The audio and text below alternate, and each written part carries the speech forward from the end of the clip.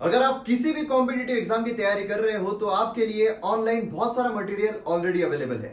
लेकिन ये मटेरियल दो तरीके के होते हैं, एक वो जो आपको आपके गोल तक लेकर जाता है और दूसरा वो जो आपको वहीं पर गोल गोल गोल गोल घुमाता रहता है। तो डिपेंड आप पर करता है कि आपको कौन सा मटेरियल चूज करना है। एमएम एकेडमी ऐप ये एक ऐसा प्लेटफॉर्म है जहां पर आपको हाईएस्ट क्वालिटी कंटेंट के जो वीडियोस है वो देखने को मिलेंगे, जहां पर मेरे द्वारा बहुत सारे कोर्सेज आपके लिए लाए जा रहे हैं। जैसे कि मॉडर्न हिस्ट्री का कोर्स ऑलरेडी कंप्लीटली अवेलेबल है, उसी के साथ साथ पॉलिटी का कोर्स चल रहा है, एथिक्स का कोर्स चल रहा है, करंट अफेयर का कोर्स चल रहा है और आने वाले दिनों में और भी सारे कोर्सेज जो है जैसे कि ज्योग्राफी, इकोनॉमी, एनवायरमेंट, बहुत सारे कोर्सेज आपके लिए आने वाले हैं और ये कोर्सेज हाईएस्ट क्वालिटी के रहेंगे जो आपको आपकी प्रिपरेशन में काफी ज्यादा हेल्प करेंगे। तो आप एमएम एकेडमी ऐप को डाउनलोड कीजिए और जो डेमो लेक्चर्स है उन्हें एक बार देखिए। उसी के साथ साथ आपको प्रिपरेशन में हेल्प करने के लिए जो पीडीएफ है वो भी अवेलेबल रहेगी, जहां से आप रिवाइज कर सकते हो, क्योंकि रिवीजन ये बहुत ज्यादा इंपॉर्टेंट होती है।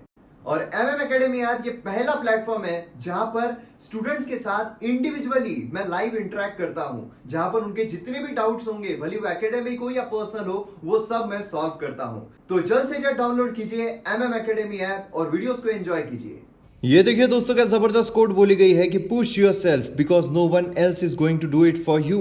आपको खुद को पुश करते रहना है क्योंकि और कोई आपके लिए नहीं करने वाला है। अगर आप सोचोगे कि इससे हो जाएगा, उससे हो जाएगा, शॉर्टकट ढूंढने लग जाओगे ना।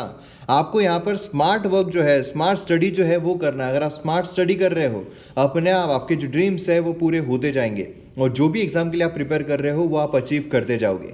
मगर आपको खुद पर भरोसा रखना है। जब तक आप खुद पर भरोसा नहीं रखोगे तब तक आप कोई चीज़ अचीव कर ही नहीं पाओगे। जैसे मैंने आपको कुछ दिन पहले भी एक कोट बताया था कि अगर आपको लग रहा है कि आप कर सकते हो या फिर अगर आपको लग रहा है कि आप नहीं कर सकते हो, दोनों ही केस में आप एकदम सही सोच रहे हो, क्योंकि जैसा आप सोचते हो वैसा आप करते हो। अगर आपको लग रहा है आप कर सकते हो तो बिल्कुल कर लोगे, अगर आपको लग रहा है आप नहीं कर पाओगे तो फिर नहीं ही कर पाओगे। इसीलिए हमेशा याद रखिए, खुद को पुश करते रहिए। कोई और आपके लिए आकर पुश नहीं करेगा। टांग खींचने के लिए बहुत लोग हैं, आपको ढकेलने के लिए बहुत लोग हैं, लेकिन कहाँ? खाई में नीचे। ऊपर पुश करने वाला सिर्फ आपको एक इंसान मिलेगा और वो कौन रहेगा? आप मिरर में देख लीजिएगा, सिर्फ वही इंसान आपको पुश कर सकता है और उसी इंसान पर भरोसा रखकर आप पुश खुद को करते रहिए। आइए आज हम यहाँ पर 19 नवंबर का जो एनालिसिस है वो देखते हैं। आज के जो आर्टिकल्स है काफ़ी इंटरेस्टिंग है, तो मज़ा आ जाएगा। चलिए शुरू करते हैं। आप मुझे फेसबुक, इंस्टाग्राम पर फॉलो कर सकते हो। आपकी कोई भी क्वेरीज है तो आप मैसेज कर सकते हो। पीडीएफ वीडियो अपडेट्स के लिए आप मुझे टेलीग्राम पर फॉलो कर सकते हो। लिंक सभी की डिस्क्रिप्शन में दी हुई है। आइए मैप बेस्ड एक्सरसाइज देखते हैं। तो यहाँ पर ये जो स्ट्रेट है ये आपको नज़र आ रहा है, ये स्ट्रेट। तो ये स्ट्रेट कौन सा है ये आपको बताना है। आपको करना क्या है? वीडियो को पॉज करना है, इसके रिगार्डिंग इन्फॉर्मेशन लिखना है और फिर वीडियो को रिज्यूम करना है। तो ये PIR सभी कीजिएगा। देखिए, अगर आप काम में कंजूसी करोगे तो फिर मतलब आपको यहाँ पर आप ही खुद लिखोगे, आपके बिहाफ में कोई और यहाँ पर कमेंट में लिखेगा नहीं, है ना। पेपर आपको खुद को ही देना है, इसलिए यहाँ पर लिखिए ज़रूर कि ये स्ट्रेट कौन सा है। मैप बेस्ड एक्सरसाइज से आपको बहुत फ़ायदा मिलता है। आइए एक्सप्लेन सेक्शन देखते हैं। बैंक जो है जो फेल हो रहे हैं, इसका क्या मतलब है, इसके क्या मायने निकलते हैं, उसके बारे में बात की जा रही है। तो डिटेल में इसके बारे में देखेंगे। SGPC, SAD ये क्या है, इसके रिगार्डिंग भी हम जानने की कोशिश करेंगे। उसी के साथ साथ डीम्ड फॉरेस्ट क्या होता है, इसके रिगार्डिंग भी हम देखेंगे। मतलब यहाँ पर एक्सप्लेन सेक्शन में जो 3 आर्टिकल्स है, तीनों ही आर्टिकल इंपॉर्टेंट है और तीनों ही आर्टिकल को हम यहाँ पर देखने की कोशिश करेंगे। वही अगर हम एडिटोरियल पेज, आइडियाज पेज देखते हैं तो इसमें ये वाला जो आर्टिकल है, ये वाला आर्टिकल इंपॉर्टेंट है, क्योंकि GS paper 2 point of view से अगर हम देखें, सेंटर स्टेट रिलेशन जो है उसमें काफ़ी योगदान ये वाला आर्टिकल जो है वो देता है। बाकी अगर आप देखोगे, एक्सपोर्ट जो है उसको सुधारना है, ये म्यांमार जो है उसके बारे में बात की जा रही है। यहाँ पर अगर आप देखोगे तो यहाँ पर भी कुछ इतना इंपॉर्टेंट नहीं है हमारे एग्जाम पर्सपेक्टिव से देखते हैं तो इस तरीके से हमें यहाँ पर आर्टिकल्स जो है वो देखने को मिल रहे हैं। आइए एक एक करके देखते हैं क्या खास है इन आर्टिकल्स में और क्या हम सीख सकते हैं। आइए यहाँ पर हम जानने की कोशिश करते हैं कि जो फेल्ड बैंक्स है इसका क्या मायने यहाँ पर निकलते हैं। हमारे GS पेपर 3 के लिए काफ़ी इंपॉर्टेंट है। मेंस में भी इसके ऊपर जो है आपको क्वेश्चंस पूछे जा सकते हैं। अब देखिए, जो INFS है ये यहाँ पर फेल हो गया। Punjab and Maharashtra cooperative bank जो है वो फेल हो गया। जो DHFL है उसका यहाँ प्रॉब्लम शुरू हो गया। जो येस बैंक है उसको यहाँ पर बेल आउट जो है वो करना पड़ा। तो मतलब अगर आप देखोगे तो जो बैंकिंग सिस्टम है उसमें काफ़ी फ्रॉड हमें देखने को मिल रहे हैं, उसके फेलियर जो है वो हमें देखने को मिल रहे हैं। अब रिजर्व बैंक ऑफ इंडिया जो है उन्होंने 30 day moratorium Lakshmi Vilas bank limited जो है उस पर यहाँ पर लगा दिया। अब इससे क्या हो रहा है, इससे जो उथल फुथल है वो मच गई है, जिसके भी यहाँ पर पैसे जो है डिपॉजिट में है वो यहाँ पर मांगने के लिए जा रहे हैं, भैया हमको पैसे दे दो, हमारे पैसे दे दो, हमारे पैसे दे दो। अब इतना ही नहीं, तो यहाँ पर इसका अमलगमेशन जो है वो भी करने की बात की जा रही है डीबीएस बैंक इंडिया के साथ, जो एक सब्सिडरी है ऑफ डीबीएस ऑफ सिंगापुर। तो इसके वजह से क्या हुआ है कि ये तो ठीक है, बैंकिंग सिस्टम का फिर से एक जो मुद्दा है वो बाहर निकल कर आया है, मगर अब जो कंसर्न है वो रेज हो रहे हैं फाइनेंशियल सिस्टम को लेकर, जो फाइनेंशियल सिस्टम है उसकी सेफ्टी को लेकर। कल अगर बात निकल जाए कि एसबीआई जो है उसमें फ्रॉड हो गया है, बहुत बड़ा स्कैम हो गया है, 500 करोड़ का 1000 करोड़ का स्कैम हो गया है, तो अब वहाँ पर एसबीआई जो है उसमें मॉरेटोरियम लगा दिया गया, आपको जो पैसे आप निकालते हो उसकी लिमिट लगा दी गई है। तो यहाँ पर क्या होगा, अब एसबीआई, एचडीएफसी, ये जो बैंक्स है ये तो डोमेस्टिकली सिस्टमेटिक इंपॉर्टेंट बैंक है कि ठीक है भैया, टू बिग टू फेल, इनको फेल नहीं होने दिया जाएगा। मगर जो फेल नहीं होने दिया जा रहा है, जो बेल आउट यहाँ पर किया जाता है सरकार के द्वारा कि चलो तुमको कितना नुकसान हुआ है, 500 करोड़ का नुकसान हुआ है ना तुमको, अरे क्या है, अपने देश की जनता जो है काफ़ी दयालु है, तुमको यहाँ पर प्रॉब्लम हुआ है ना, तो इसलिए क्या करेंगे, हम देश की जनता जो है उन्होंने टैक्स पे किया है उसमें से 500 करोड़ रुपए निकाल के दें, क्या है 500 की एक पत्ती है, दे देंगे, है ना। तो यहाँ पर बेसिकली क्या है, तो जो जनता है उनके लिए इस तरीके के डायलॉग बोले जाते हैं कि मैटर इंटरनल है, हम देख लेंगे, इंटरनली सुलझ जाएगा, है ना। अब सांप को अगर घर में जगह दे दी जाए तो रहता तो जहरीला ही है ना। इस तरीके से अगर जनता को हम पॉलिटिक्स में घुसेड़ देंगे तो फिर पॉलिटिशियन करेंगे क्या। तो ये प्रॉब्लम जो है यहाँ पर हमें देखने को मिलता है। तो अब सारे ही बैंक आप देखोगे तो प्रॉब्लम्स जो है वो फेस कर रहे हैं। तो फाइनेंशियल सिस्टम एक्चुअल में क्या हो रही है, ये यहाँ पर प्रॉब्लम क्रिएट हो रहा है। अब एलवीबी को मॉरेटोरियम में क्यों रखा गया है और अमेलगमेटेड क्यों किया जा रहा है डीबीएस बैंक के साथ। आरबीआई ने कहा जो फाइनेंशियल पोजीशन है चेन्नई बेस्ड एलवीबी की, ये यहाँ पर जिसके ब्रांचेस जो है वो भी काफ़ी ज़्यादा हमें देखने को मिलते हैं, है ना। और डिपॉजिट भी अगर आप देखोगे 2973 करोड़, ये यहाँ पर स्टेडी डिक्लाइन जो है वो हमें देखने को मिला है। कंटिन्यूसली लॉसेस जो है वो हमें देखने को मिल रहे हैं पिछले 3 साल में। अब बैंक जो है वो यहाँ पर एडिक्वेट कैपिटल जो है वो भी रेज नहीं कर पा रहा है ना। इस वजह से क्या हो रहा है कि जो लिक्विडिटी है उसमें शॉर्टेज आ रहा है। अब जो भी अगर मांगने के लिए आ रहा है कुछ पैसे, बोल रहे हैं भैया इतने पैसे तो अवेलेबल नहीं है। ऐसे कुछ प्रॉब्लम जो है वो फेस किए जा रहे हैं। सीरियस गवर्नेंस इशू यहाँ पर हमें देखने को मिल रहा है रिसेंट ईयर्स में, जिसकी वजह से डिटोरिएशन जो है परफॉर्मेंस में वो हुआ है। मतलब एलवीबी का अगर हम लॉस देखते हैं तो 397 करोड़ जो है सितंबर quarter of financial year 21 loss देखने को मिला है, अगेंस्ट लॉस ऑफ 112 जून क्वार्टर का अगर हम देखते हैं। तो मतलब समझिए कि लॉस ही लॉस यहाँ पर हो रहा है ना। ऑलमोस्ट 1/4 अगर हम बैंक के एडवांसेस देखते हैं तो बैड एसेट्स में ऑलरेडी तब्दील किए जा चुके हैं। ग्रॉस नॉन परफॉर्मिंग एसेट अगर हम देखते हैं तो 25.4% हमें देखने को मिल रहा है। तो मतलब एनपीए जो है ये भी बढ़ता जा रहा है ना। नॉन परफॉर्मिंग एसेट ये भी बढ़ता जा रहा है, सब कुछ हो रहा है। तो मतलब जो लोग हैं देखने वाले उनका रिएक्शन तो कुछ इस तरीके का ही है ना, कहाँ से लाते हो भाई ऐसे बैंक, मतलब इतना लॉस, इतना सब कुछ हो रहा है, 3 साल से ये सारी चीज़ें चल रही है, ध्यान आपका अभी जा रहा है। और वो भी ऐसे सिनारियो में जहाँ पर फाइनेंशियल ऑलरेडी क्राइसिस चल रहे हैं, जहाँ पर ऑलरेडी टेक्निकल रिसेशन देखने को मिल रहा है। तो ये क्या बात हो गई। अब डिपॉजिटर को यहाँ पर जो प्रॉब्लम है वो फेस किए रहे हैं। डिपॉजिटर जो है क्या उनके पैसे यहाँ पर सेफ है। आरबीआई ने तो कहा है कि उन्होंने कैप लगाया 25,000 विड्रॉल पर कि तुम इतना ही निकाल सकते हो। उन्होंने अश्योर्ड किया है डिपॉजिटर्स को कि भैया आपका जो पैसा है वो प्रोटेक्टेड है। कंबाइंड बैलेंस शीट अगर हम देखते हैं डीबीएस इंडिया और एलवीबी की, वो हेल्दी रहेगी आफ्टर दी अमलगमेशन। जो यहाँ पर हम कंबाइन कर रहे हैं उसके बाद तो भैया मौजा ही मौजा है ना, कि मतलब आपको बिल्कुल रिस्क नहीं रहेगा, आपका जो एडिक्वेट रेशियो है खतरनाक रहेगा, है ना। बिना कोई आपको प्रॉब्लम होने वाला नहीं है, कोई एडिशनल कैपिटल इन्फ्यूज कुछ नहीं करना है। लेकिन इन दी एंड जनता जो उनको पता है कि भैया रिस्क है ना। तो ये चीज़ हमें देखने को मिल रही है। तो रॉन्ग क्या हुआ, इस सेक्टर की बात की जा रही है, बैंकिंग सेक्टर जो है उसकी बात की जा रही है। देखिए ये जो हुआ यहाँ पर, इसकी वजह से शेयर मार्केट जो उस पर कितना फर्क पड़ा। आप देखिए एचडीएफसी के प्राइसेस, मतलब जो बैंकिंग सिस्टम है उसके प्राइसेस यहाँ पर नीचे आ गए, एसबीआई के प्राइसेस नीचे आ गए, है ना। शेयर मार्केट अगर हम देखते हैं तो इस तरीके शेयर मार्केट तो मतलब इतना इमोशनल है ना, इतना इमोशनल है कि यहाँ अगर किसी को उंगली पर चोट भी लग जाए तो सीधा नीचे, है ना। इस तरीके का हमें देखने को मिलता है। तो कोलैप्स जो है इसका 2018 में, इसने एक चेन रिएक्शन जो है फाइनेंशियल सेक्टर में वो लेकर आ गई। लिक्विडिटी इशू बोलिए, सारी problems. Punjab and Maharashtra cooperative bank, उसमें भी यहाँ पर स्कैम हमें देखने को मिला था, है ना। उसी के साथ साथ येस बैंक जो है उसका हमें स्कैम देखने को मिला। उस येस बैंक पर पूरा डिटेल में वीडियो जो है वो अवेलेबल है, अगर आप देखना चाहो उसकी भी जो लिंक है आपको जो कमेंट सेक्शन है उसमें मिल जाएगी, ठीक है, उसमें पिन कर दूंगा, मतलब MM Academy ऐप जो है वो आपको कमेंट सेक्शन में पिन किया हुआ मिल जाएगा। और फिर उसी कमेंट में आपको जो येस बैंक का वीडियो है वो भी मिल जाएगा कि येस बैंक में बेसिकली हुआ क्या था, डिटेल में मैंने वहाँ पर एक्सप्लेन किया हुआ है, ठीक है। तो यहाँ पर अगर आप देखोगे ओल्ड जनरेशन प्राइवेट बैंक जो है वो स्पॉटलाइट में काफ़ी ज़्यादा आ गए हैं, ठीक है।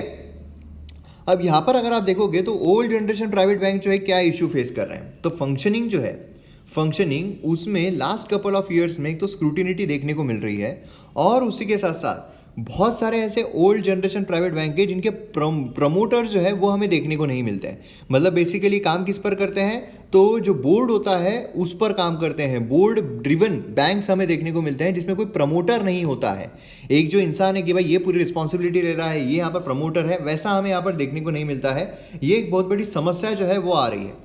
करूर व्यासा बैंक अगर हम देखते हैं, प्रमोटर स्टेक जो है वो 2.11% है। कर्नाटका बैंक अगर हम देखते हैं तो कोई प्रमोटर है ही नहीं।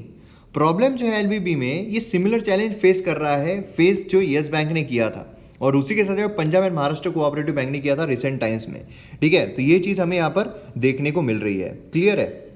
अब यहाँ पर अगर आप देखोगे लोन स्ट्रेस जो है, क्या ये पेंडेमिक इम्पैक्ट बैंकिंग सिस्टम पर डाल रहा है, तो NPA जो है बैंकिंग सेक्टर में यहाँ पर इंक्रीज होने वाला है पेंडेमिक के अफेक्ट की वजह से, क्योंकि पेंडेमिक की वजह से काफ़ी ऐसे लोग हैं जिनका धंधा जो है वो चौपट हो गया, जिनका बिजनेस जो है वो ठप बैठ गया। इसकी वजह से अब बिजनेस अगर ठप बैठा है तो वो कुछ कर पाएंगे क्या, नहीं कर पाएंगे। क्या वो यहाँ पर जो पैसा है वो प्रोवाइड कर पाएंगे, नहीं कर पाएंगे। तो मतलब प्रॉब्लम जो है वो तो फेस किया ही जा रहा है। अब ऐसे सिनारियो में अगर हमें यहाँ पर उनको बाहर निकालना है तो क्या करना पड़ेगा, उनको बाहर निकालने के लिए NPA कम करना पड़ेगा। NPA कैसे हम कम करेंगे, जो लोग हैं जिन्होंने लोन लिया है उनकी हालत सुधार कर, है ना। तो पेंडेमिक से हम ये बोल सकते हैं कि कंपनीज, लोग, इनको काफ़ी नुकसान हुआ है, कैश फ्लो में काफ़ी क्रंच हुआ है, और इसी वजह से जो बैंकिंग सिस्टम है उसमें स्ट्रेस जो है वो देखने को मिल रहा है। हाउएवर इम्पैक्ट जो है वो डिफर होने लगेगा डिपेंडिंग अपॉन द सेक्टर, है ना। जैसे कि फार्मास्यूटिकल, IT अगर हम देखते हैं तो उनको काफ़ी बेनिफिट हुआ है, उनके रेवेन्यू में इंक्रीज हुआ है, लेकिन अगर हम बाकी देखते हैं तो उसमें नहीं हुआ है ना। तो बेसिकली बैंकिंग सिस्टम जो उनका ये हाल है कि बहुत तकलीफ होती है जब आप योग्य हो और लोग आपकी योग्यता ना पहचाने। मतलब NPA पे NPA करते रहे और आपको इस तरीके से जो आपका मतलब नाम है वो ख़राब होता रहे। ये बेसिकली हमें जो चीज़ें हैं वो देखने को मिल रही है, क्लियर है। आइए यहाँ पर हम जानने की कोशिश करते हैं डीम्ड फॉरेस्ट जो है इसका मतलब क्या है, और कर्नाटका को इसको डीक्लासिफाई क्यों करना है।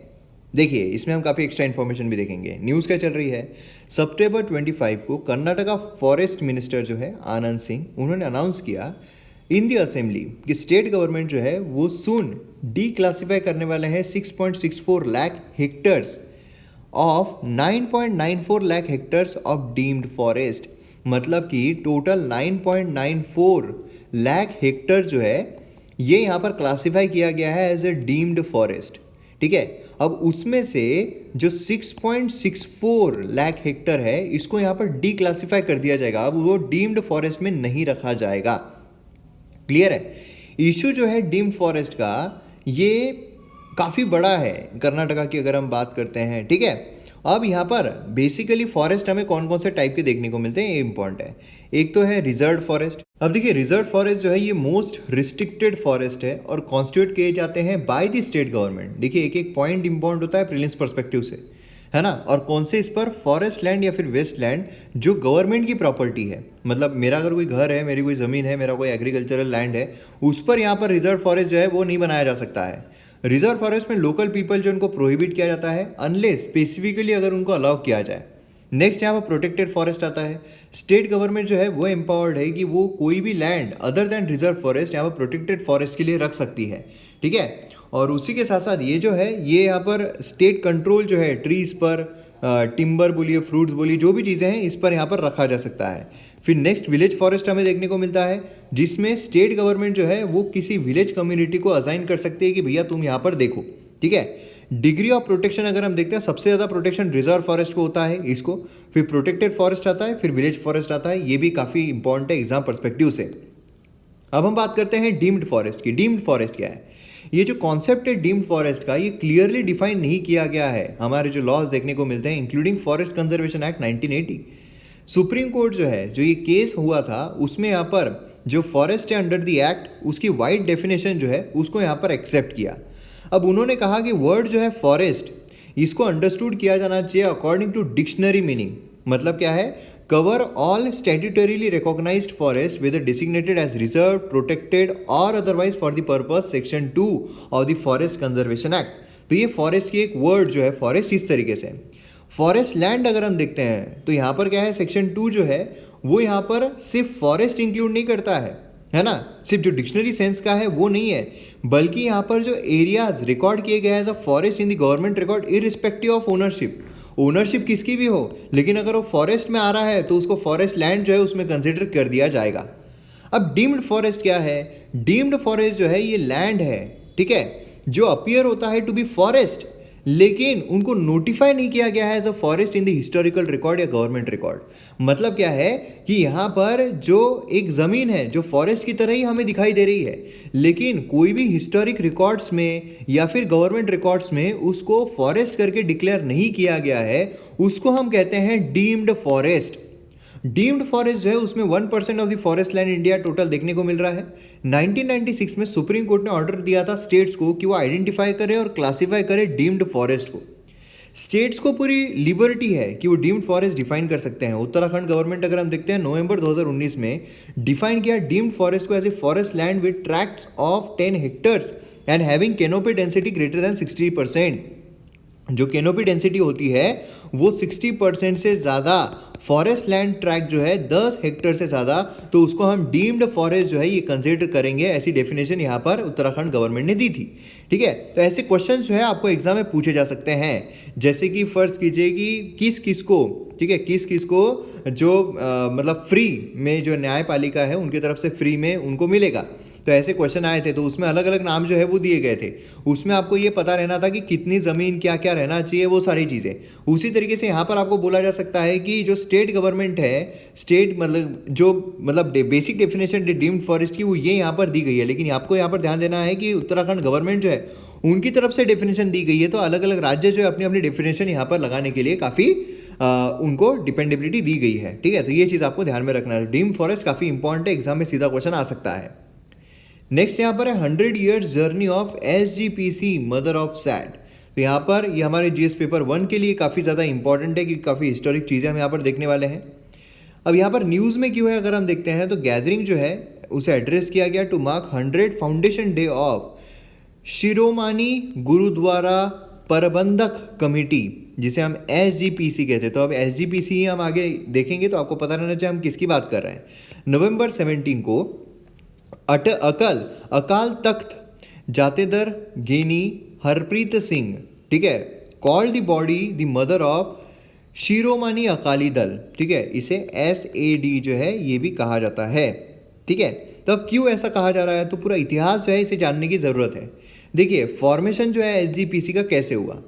सडन राइज जो है जो क्रिश्चियन मिशनरीज है और आर्य समाज है उनकी एक्टिविटीज़ में सडन राइज हमें देखने को मिला, है ना। क्रिश्चियन मिशनरीज बेसिकली क्या है, क्रिश्चियनिटी जो है ये फैलाने की कोशिश कर रहे थे। फिर उसके बाद ब्रिटिश जो है उनके द्वारा जो पंजाब है उसको एनेक्स कर लिया गया, है ना।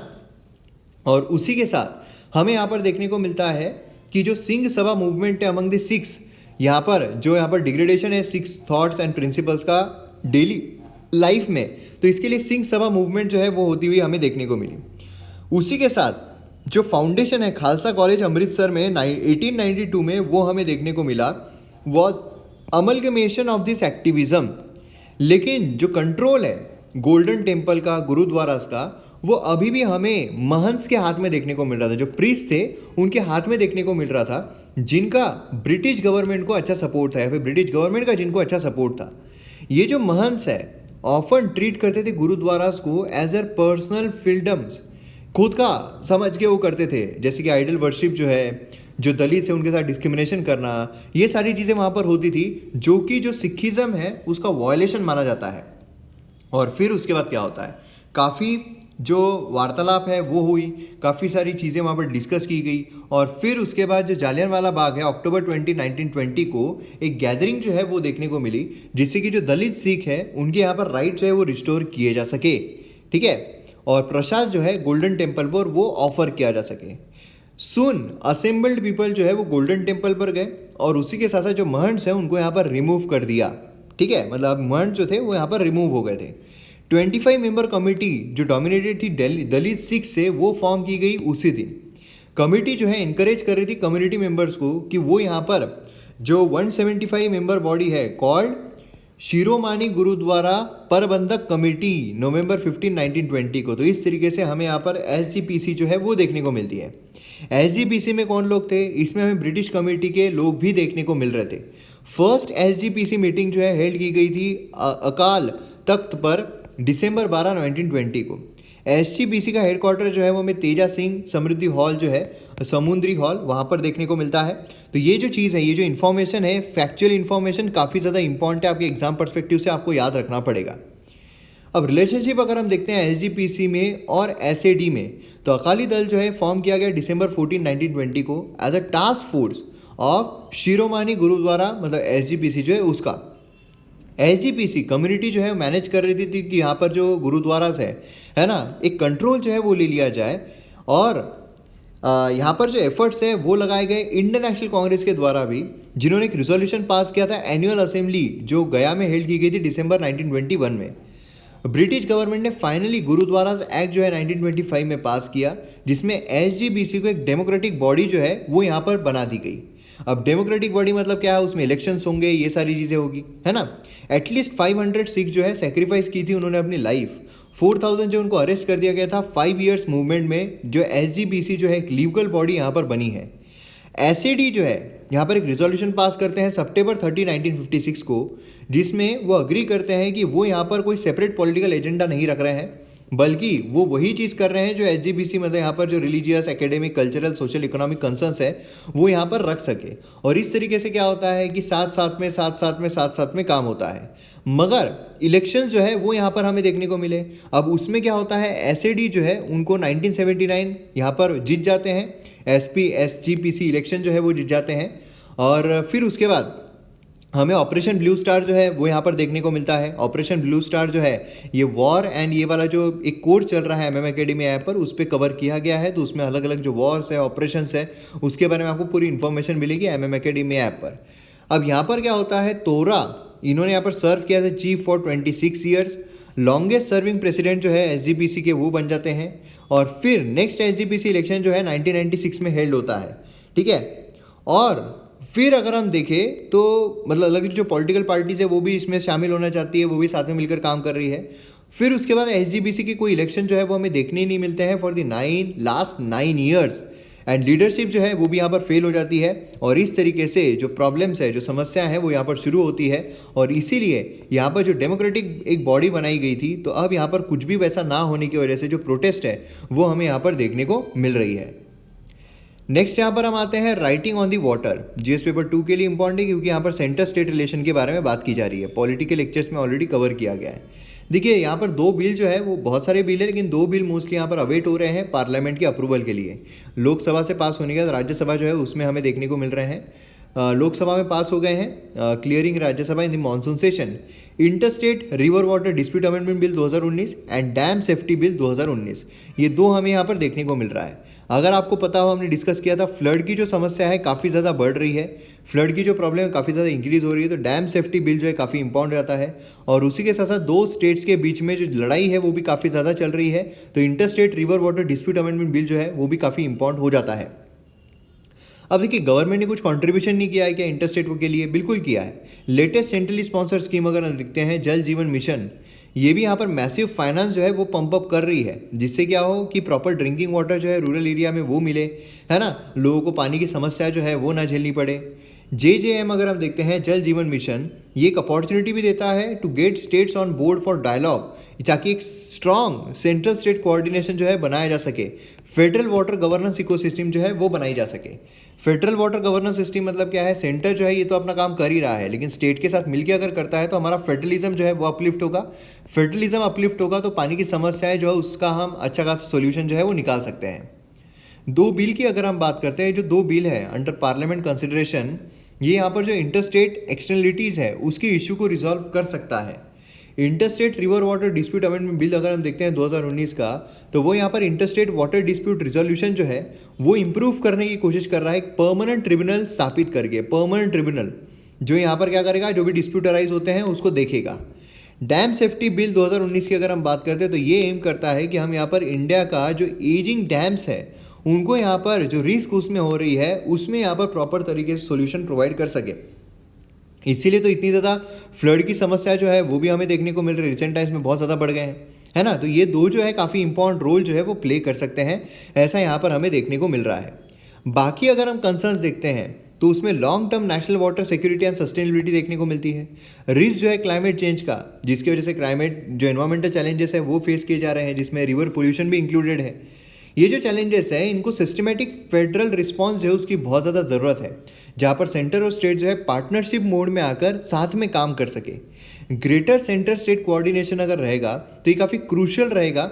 जो भी नेशनल प्रोजेक्ट्स है, गंगा रिवर रिजनरेशन का प्रोजेक्ट हो जाए, इनलैंड नेविगेशन का प्रोजेक्ट हो जाए, इंटर बेसिन ट्रांसफर का प्रोजेक्ट हो जाए, तो काफ़ी हेल्प कर सकता है। हावेवर वाटर गवर्नेंस जो है ये परसीव्ड है, प्रैक्टिस की जाती है as a state exclusive domain, है ना। यहाँ पर स्टेट जो है वो देखेगा, मगर अगर स्टेट ना देखते हुए सेंटर और स्टेट दोनों साथ में मिलकर देखे और कोऑर्डिनेशन के साथ अगर काम करे तो कितना अच्छा हो सकता है। मतलब नीड ऑफ द आवर क्या है? नीड ऑफ द आवर है ड्रिंकिंग वाटर सप्लाई जो है is with in the state domain of responsibility. किसके डोमेन में है? स्टेट के हैं, राज्यों के हैं।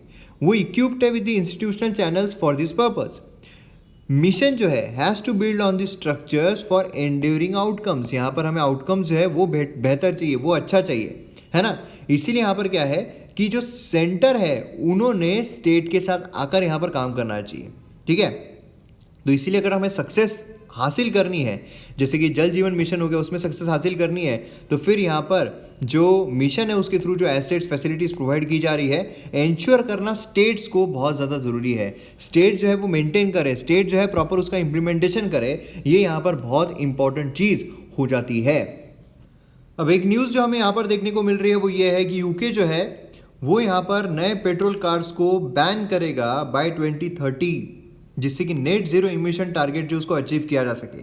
मतलब यहाँ पर जो पेट्रोल में चलने वाली गाड़ियाँ है, डीजल कार्स है, उनको बैन कर दिया जाएगा बाय 2030। ये यहाँ पर यूके गवर्नमेंट जो है ग्रीन इंडस्ट्रियल रिवोल्यूशन जो है उसकी तरफ बढ़ रहा है। तो यहाँ पर आपको दो चीज़ें ध्यान में रखनी है। अगर आप देखो डायरेक्ट क्वेश्चन आ सकता है कि कौन सी गवर्नमेंट ये करने की कोशिश कर रही है, आपको पता रहना चाहिए यूके की गवर्नमेंट, ठीक है। यूके वो कंट्री करने की कोशिश कर रहा है।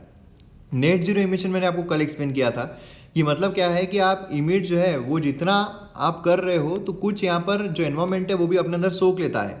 तो अगर आप उतना ही इमोट कर रहे हो जितना कि अपना एनवायरमेंट सोख रहा है तो मतलब आप नेट जीरो इमिशन कर रहे हो, है ना। तो नेट जीरो इमिशन का टारगेट है वो अचीव करने के लिए यहाँ पर जो पेट्रोल डीजल की गाड़ी है उसको बैन कर दिया जाएगा यूके के द्वारा।